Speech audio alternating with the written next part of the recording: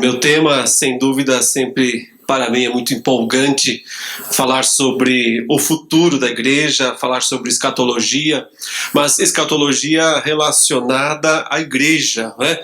Então, não apenas um exercício para tentar alimentar a curiosidade das pessoas a respeito do futuro, porque quando a escatologia é usada nesse sentido, eu creio que ela é pouco útil, muito pouco útil, ou seja, quando a nossa única preocupação é saber as coisas, como é que vai ser, a agenda do amanhã.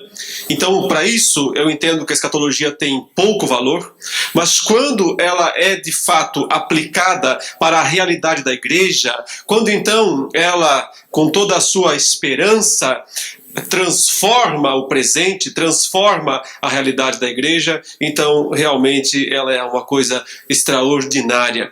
E nessa noite eu quero ler algumas passagens com os irmãos, começando com a passagem que está lá em 2 Coríntios 5, verso 17, você pode abrir lá, em 2 Coríntios, capítulo 5,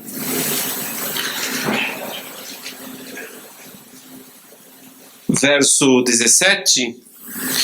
O verso 17 aí é uma conclusão de um assunto que o apóstolo Paulo está trabalhando desde o começo do capítulo 5, quando ele fala sobre a esperança do nosso novo tabernáculo, né? Ele está dizendo, se a nossa casa terrestre desse tabernáculo se desfizer, no início do capítulo 5, nós temos outra melhor, ele diz, que não foi feita por mãos, mas uma casa eterna lá no céu.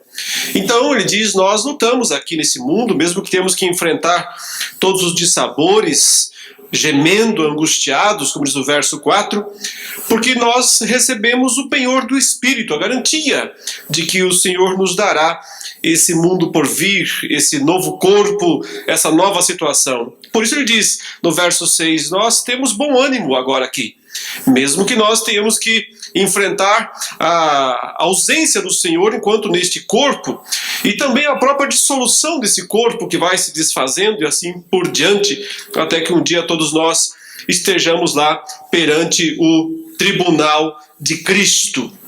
Mas no verso 17, o apóstolo Paulo fala algo demais, muito interessante. Ele diz, e assim se alguém está em Cristo, é nova criatura, as coisas antigas já passaram, eis que se fizeram novas. Vamos orar? Senhor, nós suplicamos a Tua misericórdia, a Tua graça, para que ao meditarmos nesses assuntos aqui da Tua palavra, nós sejamos edificados pelo Teu Espírito Santo e a nossa vida seja transformada e submetida ao Teu senhorio. É isso que nós te pedimos, em nome de Jesus. Amém. Falar sobre o futuro da igreja, para mim é algo muito fácil, porque o futuro já começou. O futuro não é algo do amanhã. Para a igreja, o futuro é agora, o futuro é já. Tudo o que será construído, tudo o que nós ainda herdaremos no mundo por vir, tem seu embrião, tem seu começo, agora mesmo, nesta era, na situação presente.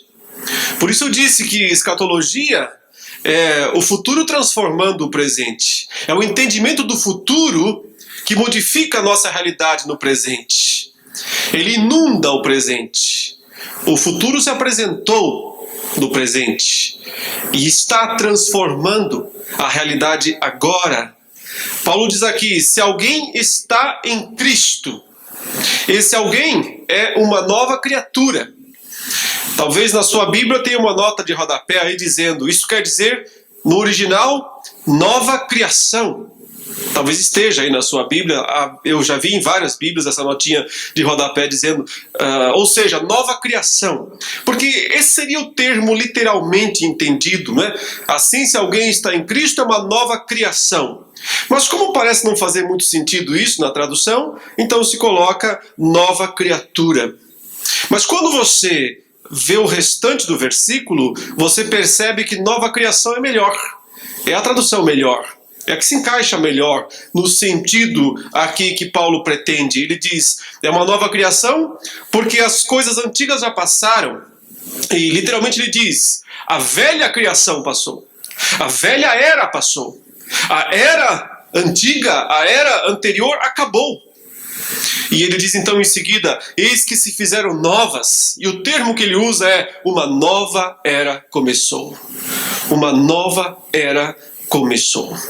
Por isso, nova criação é uma tradução mais apropriada. E isso é uma coisa extraordinária, porque ele está dizendo que se alguém está em Cristo, ele já está no futuro. Ele já é um cidadão do futuro, vivendo no presente. O futuro inundou o presente. O futuro quer dizer o mundo por vir, o novo céu e a nova terra que o Senhor recriará, como ele diz em Isaías, em Apocalipse: eis que faço novo céu e nova terra, e as coisas antigas passaram. É o mesmo sentido, não há mais aquilo de antes. É parecido com isso que ele está falando aqui. Se alguém está em Cristo, está em uma nova criação. Já faz parte, já embarcou, já adentrou a nova criação de Deus. E por isso, a velha era para esta pessoa já acabou. O mundo antigo, o mundo velho é passado, tem que ser passado. Porque para essa pessoa, uma nova era começou. Quando começou essa era, essa nova era? Quando é que o futuro começou? Quando é que o futuro da igreja teve seu início? Então eu quero que agora você vá até o livro de Atos, no capítulo 2, para nós vermos a leitura, a interpretação que o apóstolo Pedro fez dos eventos relacionados à primeira vinda de Cristo, sua morte, sua ressurreição, sua ascensão. Após o dom de línguas ser concedido aos apóstolos, e então isso gerou zombaria da parte de muitos que disseram: esses devem estar embriagados. O apóstolo Pedro se levanta e explica. Verso 14. Então se levantou Pedro com os 11 e, erguendo a voz, advertiu-os nestes termos: varões judeus e todos os habitantes de Jerusalém, tomai conhecimento disto e atentai nas minhas palavras. Estes homens não estão embriagados, como vindes pensando, sendo esta a terceira hora do dia. Mas o que ocorre é o que foi dito por intermédio do profeta Joel. Portanto, dá uma pausa aqui. O apóstolo Pedro está dizendo: a profecia de Joel se cumpriu. Aquilo que foi dito por Joel lá no Antigo Testamento é o que está ocorrendo aqui, agora, nesse exato momento. Ou o que ocorreu, da nossa perspectiva, naquele dia lá de Pentecostes, quando o Espírito Santo veio e desceu para cumprir a promessa escatológica de Deus. Então ele diz: o que ocorre aqui, o que aconteceu aqui, nesse exato momento que vocês viram e testemunharam, foi o que foi dito por intermédio do profeta Joel. E o que disse Joel?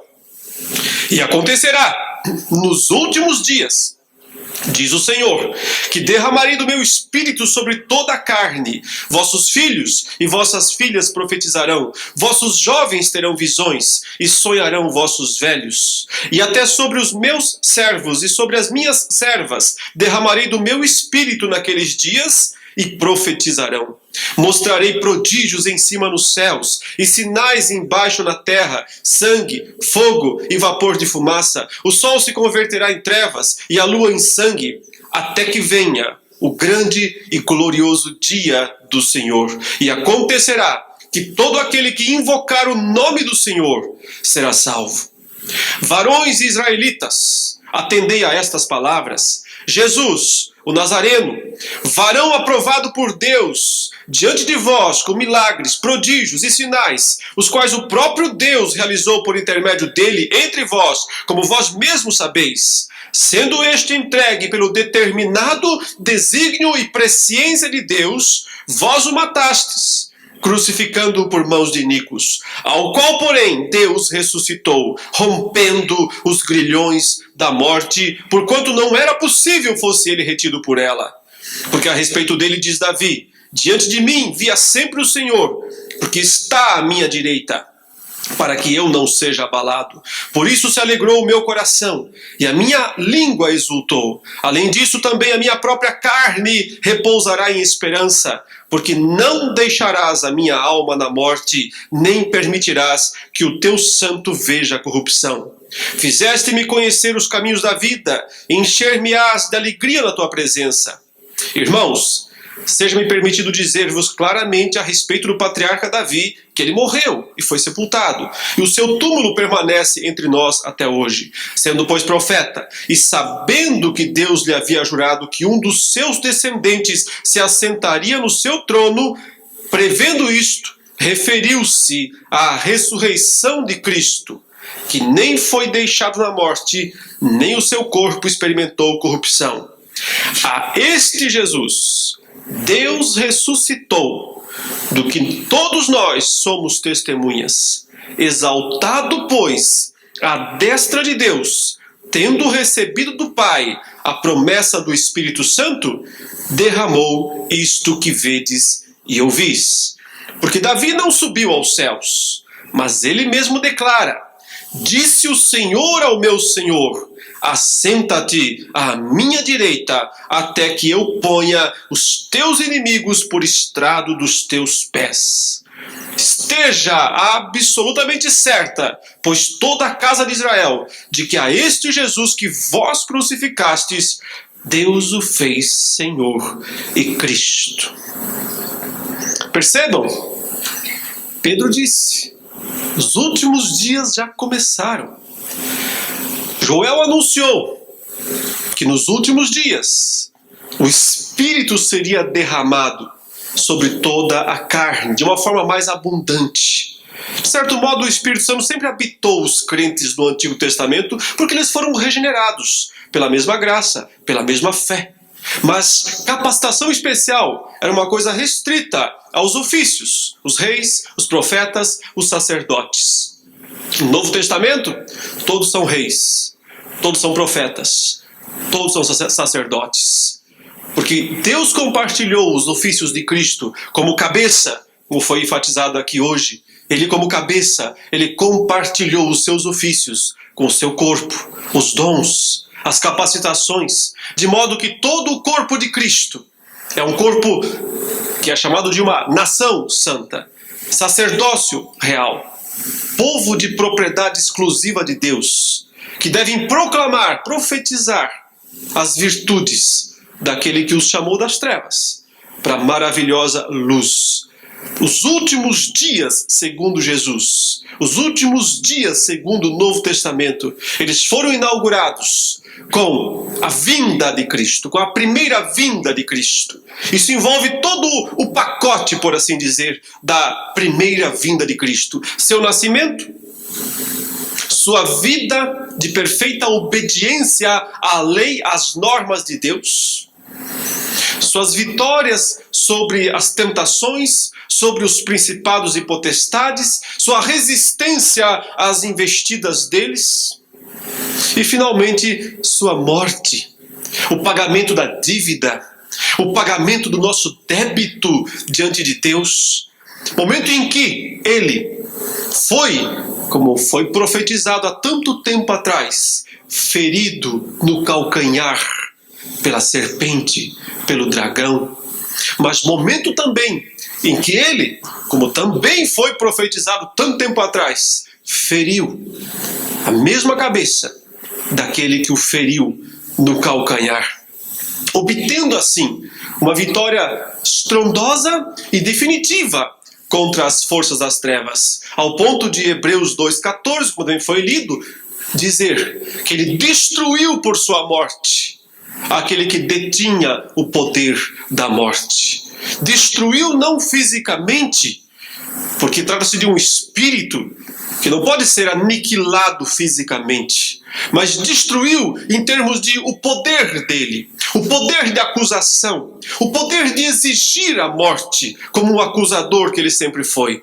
Esse poder lhe foi cassado, esse poder lhe foi tirado, porque esse poder foi aniquilado, esmagado, pisado, ferido, quando Cristo morreu na cruz. despojando assim, como diz Colossenses 2,15, os principados e as potestades. Despojou-os, tirou seus méritos, tirou seus trunfos, tirou suas armas, tirou seu poder.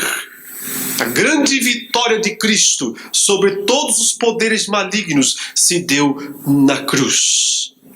Mas 3 dias depois, ela se consumou no maior feito da história desde a criação do mundo, quando um homem retornou da morte para nunca mais morrer. Quando Cristo ressuscitou, a nova era começou. Quando Cristo ressuscitou, a velha era acabou. Uma nova começou, como Paulo diz em 2 Coríntios 5,17. Esta é a era da ressurreição, como Paulo trabalha em 1 Coríntios 15, mostrando que ali começou de fato, começou para valer o mundo vindouro. No aspecto do já, evidentemente que ainda há muitos aspectos do ainda não, que precisam ser consumados, precisam ser cumpridos. E esses aspectos do ainda não, que ainda precisam ser consumados e cumpridos, Pedro trata aqui nesse texto. Quando ele descreve Jesus como o verdadeiro Davi, usando as palavras de Davi, mas dizendo que Davi era profeta, e não falou de si mesmo, quando disse que subiria aos céus, que o Senhor subiria aos céus, se assentaria à direita de Deus, e então passaria a colocar debaixo dos seus pés, debaixo do estrado dos seus pés, todos os seus inimigos. Como diz aqui o verso 34, porque Davi não subiu aos céus, mas ele mesmo declara: disse o Senhor ao meu Senhor, assenta-te à minha direita, até que eu ponha os teus inimigos por estrado dos teus pés. Até que todos os inimigos sejam definitivamente esmagados. E o último deles, Paulo trabalha isso em 1 Coríntios 15, ele diz: e o último inimigo é quem? É a morte. Quando o último inimigo tombar em batalha definitivamente, então, Paulo diz, Cristo devolverá o reino ao Pai, para que o Pai seja tudo em todos.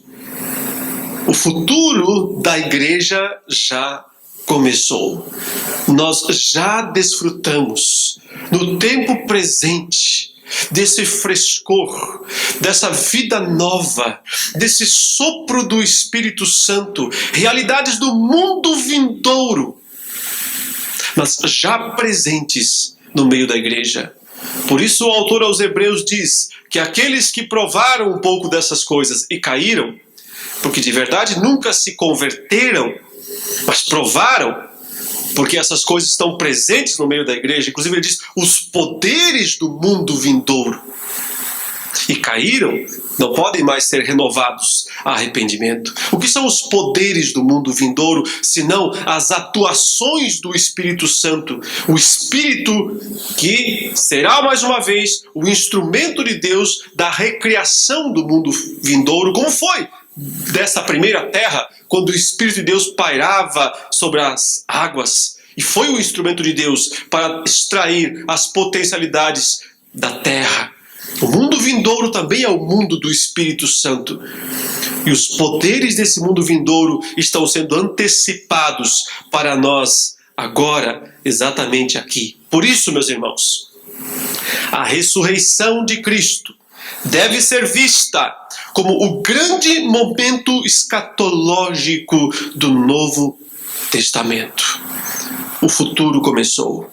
É evidente que ela não pode ser dissociada do nascimento de Cristo, da vida de Cristo, da morte de Cristo, da ascensão de Cristo, porque todas são etapas, como o derramamento do Espírito Santo, todas etapas de um todo, de uma obra única, indivisível, poderosa.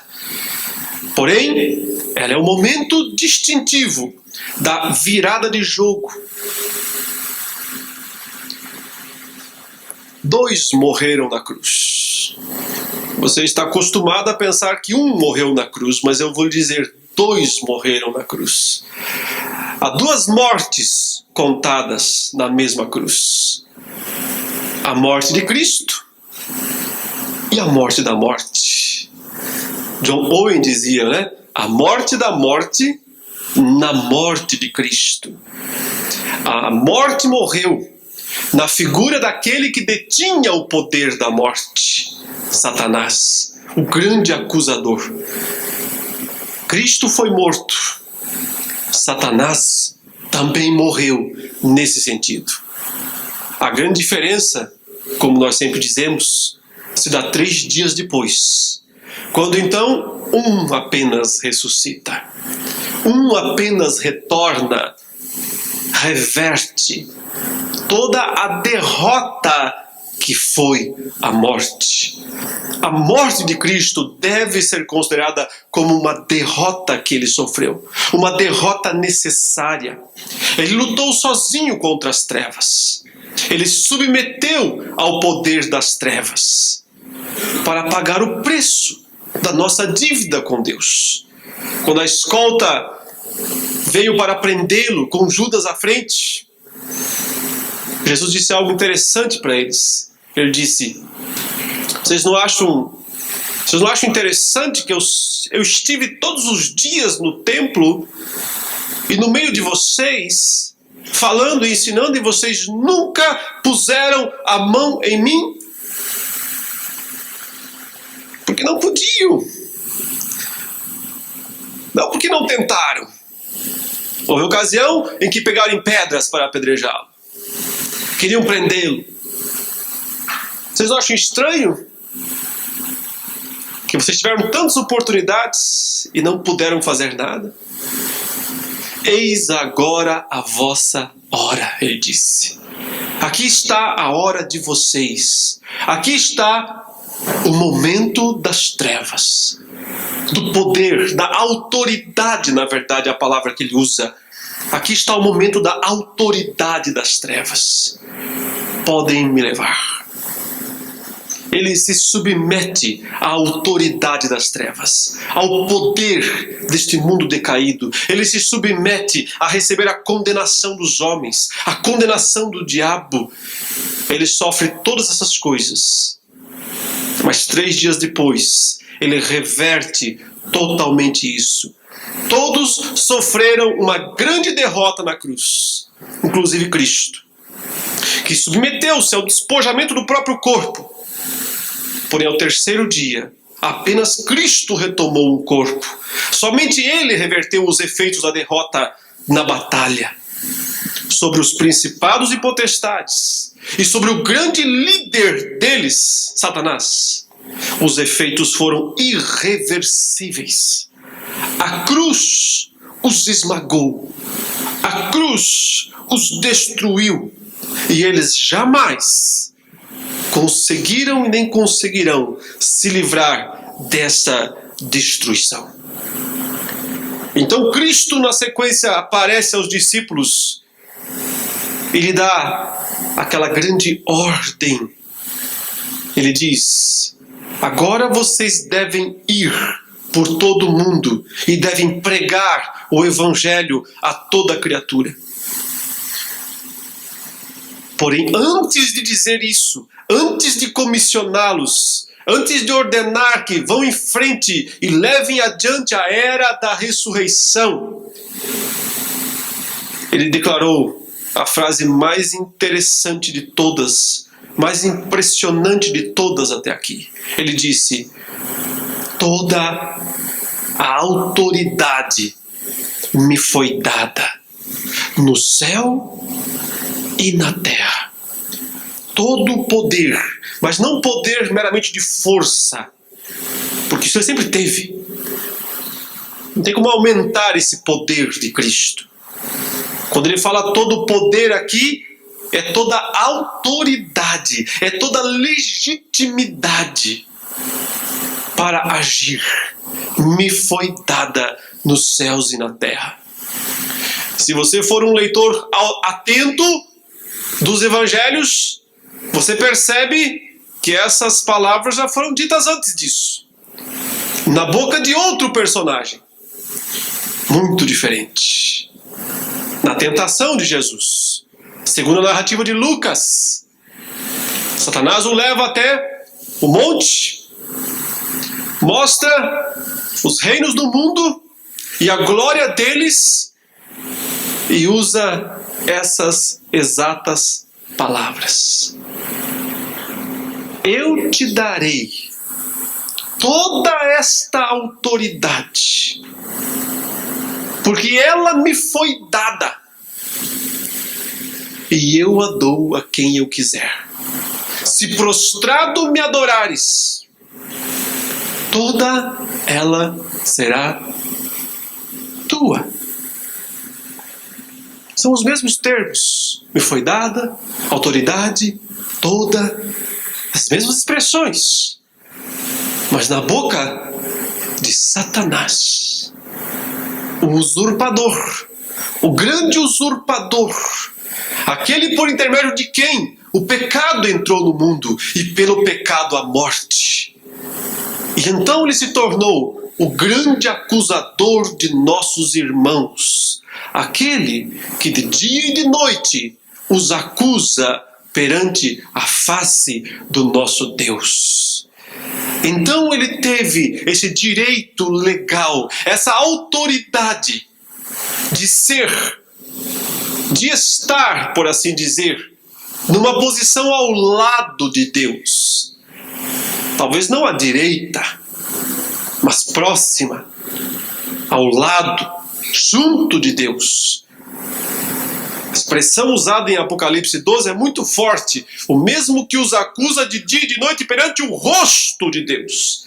Perante o rosto, na cara, na face de Deus. Por que Deus tolerou por tanto tempo alguém assim? Por que permitiu que um ser baixo como esse ficasse apontando o dedo na direção do rosto de Deus e acusando os seus servos de pecado, de indignidade, de incredulidade, como ele fez com Jó? Esse Jó? Não. Ele não é um verdadeiro crente. Ele não passa de um crente interesseiro. Ele só faz essas coisas porque ele quer continuar sendo abençoado. Porque no fundo, o Senhor o abençoou demais. O Senhor não acha, Deus, que está exagerando com esse Jó? Porque ele tem tanta coisa? Por que família maravilhosa? Por que tanto dinheiro? Por que tanta saúde? O Senhor não acha que está exagerando? Tira um pouco e verás. Isso é acusação. Isso é levantar o dedo para a face de Deus. E a grande pergunta é: por que Deus deixou isso acontecer por tanto tempo? Por que Deus simplesmente não esmagou essa criatura infame? Por que de uma vez não mandou os mais poderosos anjos se aproximarem e arrancarem aquela criatura daquele lugar e jogarem-no fora?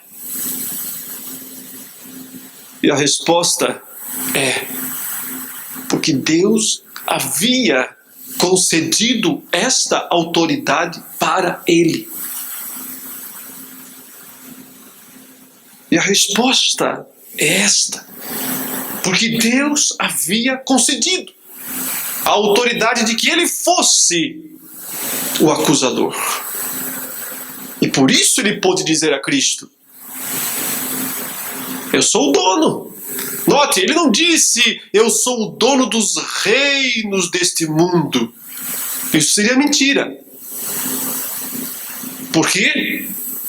Porque ao Senhor pertence a terra, o mundo, os que nele habitam. Fundou ele sobre os mares, sobre as correntes a estabeleceu. Ele é o dono, ao Senhor pertence a terra. Satanás não é o dono deste mundo. Mas lhe foi concedida autoridade legitimidade para agir nesse mundo, para acusar o povo de Deus, para ser o enganador das nações. E então ele, vendo que Cristo possivelmente seria o novo Moisés. Lembre-se, as profecias diziam que um novo Moisés viria. Quando Cristo multiplicou os pães e os peixes, não é isso que os religiosos vão lá para tirar a prova? Por que é que eles chegam lá e perguntam para Jesus, logo após a multiplicação dos pães e dos peixes: Senhor, que sinal tu fazes para que creiamos? Como assim, que sinal tu fazes? Ele não acabou de multiplicar os pães e os peixes? Não está suficiente? Não chega esse sinal? Eles querem mais. Mas olha o que eles dizem para Jesus: Moisés nos deu pão 40 anos. Em outras palavras, esse milagre de ontem foi só ontem? Ou o Senhor vai fazer igual Moisés? Vai nos dar 40 anos de pão? Vai nos sustentar? Se fizer isso, nós cremos em Ti. Havia a expectativa de que Cristo seria o novo Moisés, aquele que finalmente libertaria o povo do jugo romano e conduziria o povo à verdadeira liberdade, à posição de destaque que eles acreditavam que o Antigo Testamento anunciava. E é por isso que Satanás, provavelmente por isso, que ele diz: vamos dividir as coisas. Vamos dividir as coisas. Se é a autoridade que você quer, se é a legitimidade que você quer, eu posso lhe dar. Desde que eu seja o primeiro e você o segundo. Eu sendo o primeiro, você o segundo, tudo certo. Para que briga? Para que desentendimentos? Cristo havia decidido seguir pelo caminho longo, duro, sofrido.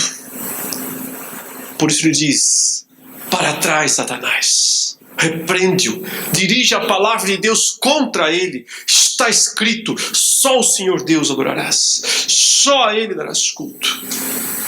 Satanás sofre então uma repreensão direta de Cristo e se afasta até o momento oportuno. Cristo escolheu o caminho longo, o caminho do sofrimento, o caminho da dor, o caminho da solidão. Um guerreiro solitário, enfrentando todas as trevas, todos os demônios, todos os principados, toda a fúria dos homens. Ah, mas o inimigo voltou. Lucas disse, ele se afastou, repreendido pelo Senhor, até momento oportuno. Você lê o Evangelho de Judas inteiro e ele não volta, ele não volta, ele não volta, até o 22. Capítulo 22, Satanás aparece outra vez. Ele volta. Entrou em Judas. Possuiu um dos discípulos de Cristo, para que ele fosse lá e vendesse, e negasse, e traísse a Jesus. Requisitou autorização celeste para testar os outros 11, especialmente Pedro, peneirá-lo como trigo. Teste que Pedro caiu. E os 11 também, os 10 também, porque fugiram. Quando Cristo marcha pelas ruas de Jerusalém, carregando o madeiro, os rostos que olham para ele são rostos zombeteiros, são rostos de escárnio, são rostos demoníacos. Por que eu posso dizer que são? Porque eles repetem as palavras de Satanás. Se és o Filho de Deus, se és o Filho de Deus. As mesmas palavras, o mesmo desafio, o mesmo escárnio.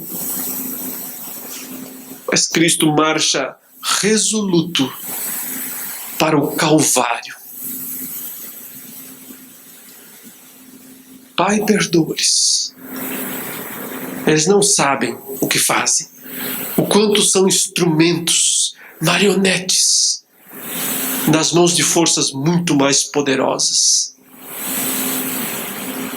Cristo marcha para o Calvário quando ele é crucificado, levantado da terra. Eles insistem. Desce da cruz. Desce e nós vamos crer. Sempre assim. Faça o que nós queremos e nós vamos crer. O quanto há de humano ou de demoníaco nessas expressões é difícil mensurar. 3 horas de trevas. Poder das trevas chegou.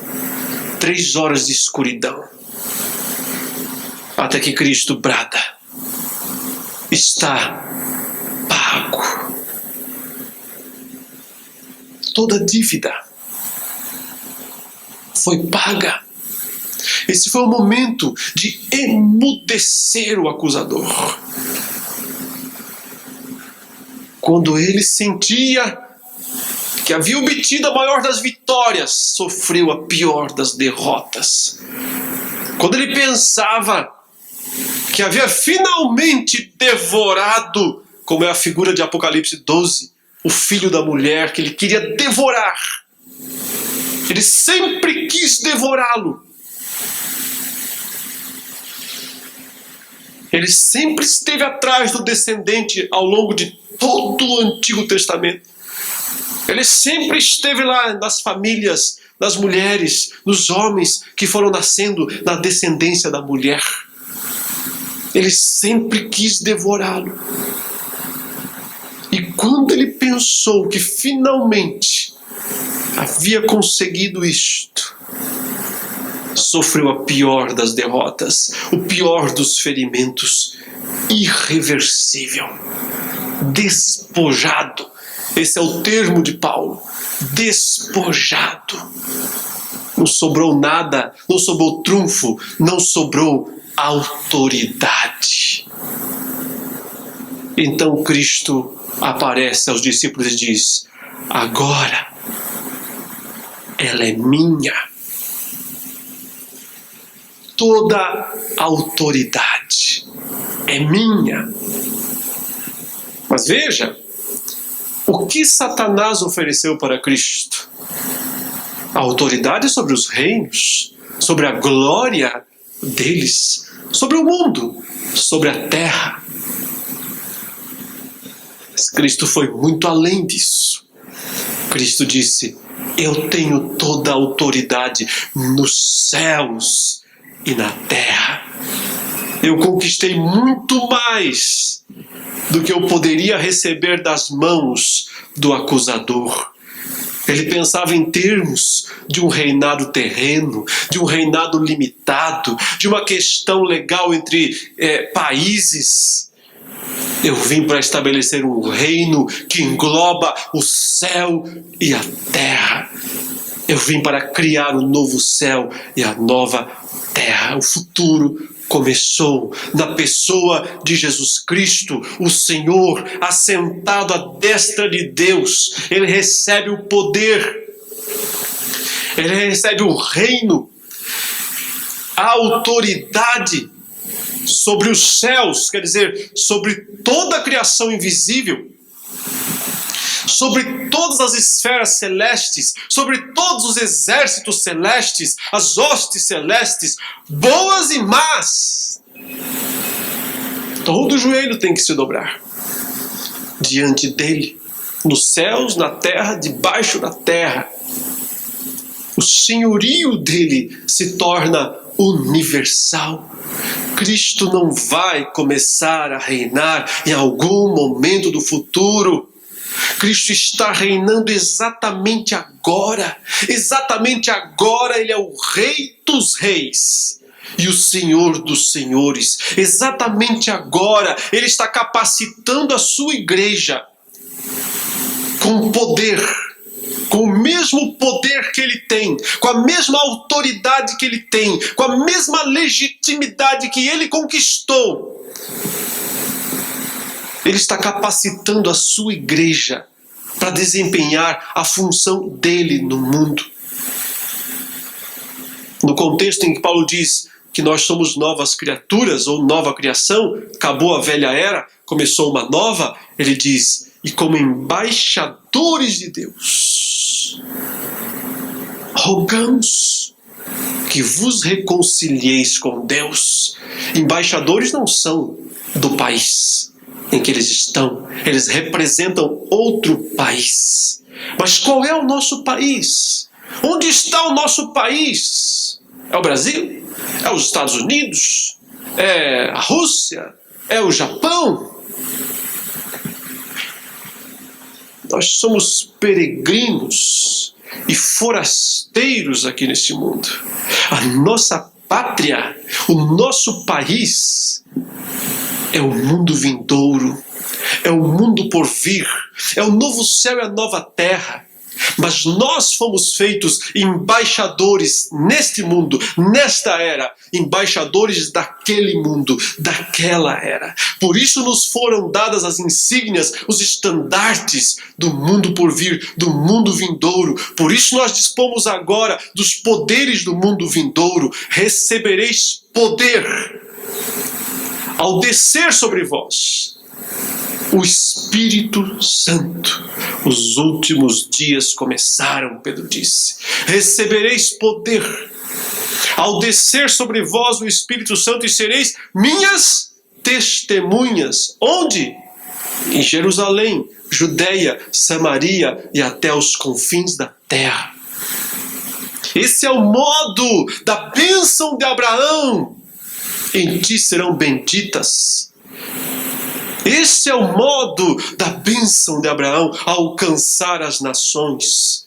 Mas para que alcançasse as nações, antes um príncipe tinha que ser destronado. Um príncipe tinha que ser cassado. Seu poder, sua autoridade, concedida por Deus, legítima, portanto, ainda que com uma grande dose de usurpação da parte de Satanás, não da parte de Deus. Da parte de Deus, toda autoridade concedida é legítima. Mas isso não significa que o instrumento que recebeu a autoridade seja legítimo. Ele é um usurpador. Essa autoridade teve que ser cassada. E foi. E foi cassada quando Jesus Cristo disse: está pago. Quando ele disse: Pai, nas tuas mãos entrego meu espírito. E morreu. É este o momento da grande derrota das forças das trevas. Cristo ressuscita então e diz: todo o poder me foi dado, agora vão. E façam discípulos, e preguem. E assim a igreja inicia a obra do porvir, inicia a obra do futuro. Quando ela sai, quando ela marcha, quando ela avança, ela é um exército invencível, indestrutível. Não foi isso que Cristo disse? Edificarei a minha igreja, e as portas do inferno não prevalecerão contra ela. A igreja é o instrumento do Senhor neste mundo. Por isso eu a vejo na figura do cavaleiro branco de Apocalipse, vitoriosa e para vencer. Porque simplesmente ninguém pode impedi-la de realizar sua missão no mundo. Ninguém pode detê-la. Ela é o exército do Senhor, um exército capacitado por Deus para realizar a missão. Ela recebeu o Espírito Santo, que é o poder de Deus, e ela recebeu o Evangelho, que é o poder de Deus. Termos semelhantes. O que é o Evangelho, Paulo diz? É o poder de Deus para a salvação de todo aquele que crê. Primeiro do judeu, segundo do grego.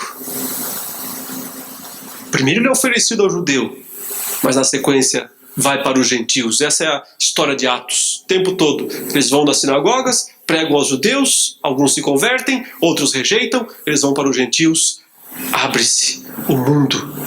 Tudo isso acontece porque Cristo conquistou a autoridade sobre as nações. Porque Ele destronou o príncipe deste mundo. Chegou o momento, diz João 12:31, chegou o momento deste mundo ser julgado. E agora o seu príncipe será expulso. E eu, quando for levantado da terra, atrairei todos a mim. Quantas coisas numa só declaração. O mundo ser julgado, o príncipe ser expulso, Cristo ser crucificado e a atração do mundo a Ele mesmo. Como vocês sabem, ele falou essas palavras em resposta ao pedido de uma comitiva de gregos que queriam vê-lo. Estrangeiros, portanto, os quais provavelmente não foram recebidos por ele naquele momento. É como se ele dissesse: não tem espaço na minha agenda para os gregos agora, mas fala para eles, voltem depois da cruz, voltem depois da ressurreição, então haverá um espaço na minha agenda para eles. Quando eu for levantado da terra, atrairei todos a mim. Mas para que isso aconteça, o príncipe desse mundo tem que ser expulso. Por isso o futuro já é plena realidade para nós. Por isso nós não temos que ficar como fizeram os discípulos quando viram Cristo subindo aos céus, justamente para começar essa tarefa, que eu vou falar sobre isso amanhã. A ascensão de Cristo, a subida de Cristo aos céus, é o início dessa grande tarefa de colocar os inimigos debaixo dos seus pés. Cristo está subindo aos céus e os apóstolos estão lá boquiabertos, né? Como que boquiabertos, espantados, olhando para cima. E aparentemente ficam algum tempo ali perdidos, que o anjo tem que aparecer e dizer para eles que vocês estão olhando para cima. Esse mesmo Jesus que subiu assim vai voltar. Mas acho que vocês têm coisa para fazer antes, não tem? Acho que vocês têm algumas funções aí para desempenhar, não?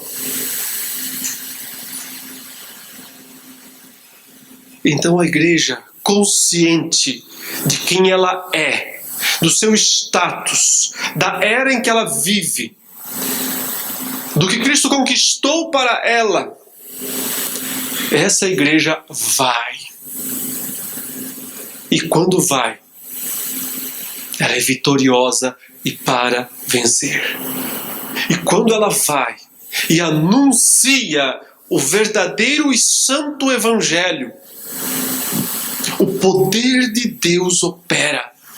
O poder de Deus quebra corações. O poder de Deus converte pecadores. O poder de Deus põe cidadãos do velho mundo no novo mundo. Transporta instantaneamente residentes e domiciliados na rua dos infernos do império das trevas para o reino do Filho do seu amor. Isso ocorre por causa da autoridade que Cristo tem. Não é nossa. Não é mérito da igreja. Não é mérito do pregador. Isso é puro e simplesmente poder de Deus. a autoridade de Deus. Só há uma maneira dessa igreja fracassar em sua missão. Se ela não for. Se ela não for. Só tem um jeito do evangelho não dar resultado. Se ele não for pregado. É claro que existem as adulterações do evangelho. Mas isso é o mesmo que não ser pregado. Não está sendo pregado o verdadeiro evangelho. Mas quando o verdadeiro evangelho, que é o poder de Deus, é pregado, o futuro está acontecendo. O mundo por vir está se manifestando no presente. Os poderes do mundo vindouro estão agindo, transformando, mudando, regenerando vidas, capacitando-os a viverem já no presente para a glória de Deus. É por isso que nós não temos que esperar pelo futuro. Sim, há muitas coisas para serem esperadas, mas só no sentido de consumação. Nós já temos que provar, experimentar o futuro no presente. Porque os últimos dias já começaram. Porque os fins dos tempos já chegaram, Paulo diz. Porque a última hora já começou, João diz. Então é agora. Então é já. Enquanto esperamos. Ou ainda não. Vamos orar?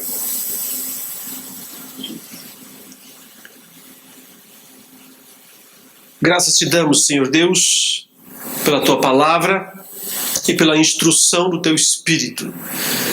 Dependemos do Senhor para compreender mais estas coisas que a Tua palavra nos revela. Sabemos de nossas limitações, imperfeições, deficiências, são tantas. Passaremos a noite aqui relatando todas ao Senhor. Por isso dependemos muito mesmo da Tua misericórdia. E que Tu nos ajudes a, de posse dessas verdades eternas, conhecedores do nosso status de quem nós somos em Cristo, nos levantarmos como testemunhas fiéis e verdadeiras do Santo Cordeiro de Deus, que é também o Rei dos Reis e o Senhor dos Senhores. Capacite-nos, ó Deus, a realizarmos a Tua missão neste mundo. Toma conta das nossas vidas. Reveste-nos a Tua presença no Teu Espírito e conduze-nos sempre em triunfo, como já tens feito. Em nome de Jesus. Amém. Participe do 21º Encontro da Fé Reformada. Vivendo no Poder do Cristo Vivo. De 8 a 11 de novembro, no Teatro Manauara. Informações e inscrições 3645-1724. Realização e coordenação: Igreja Presbiteriana Cidade Nova em Manaus.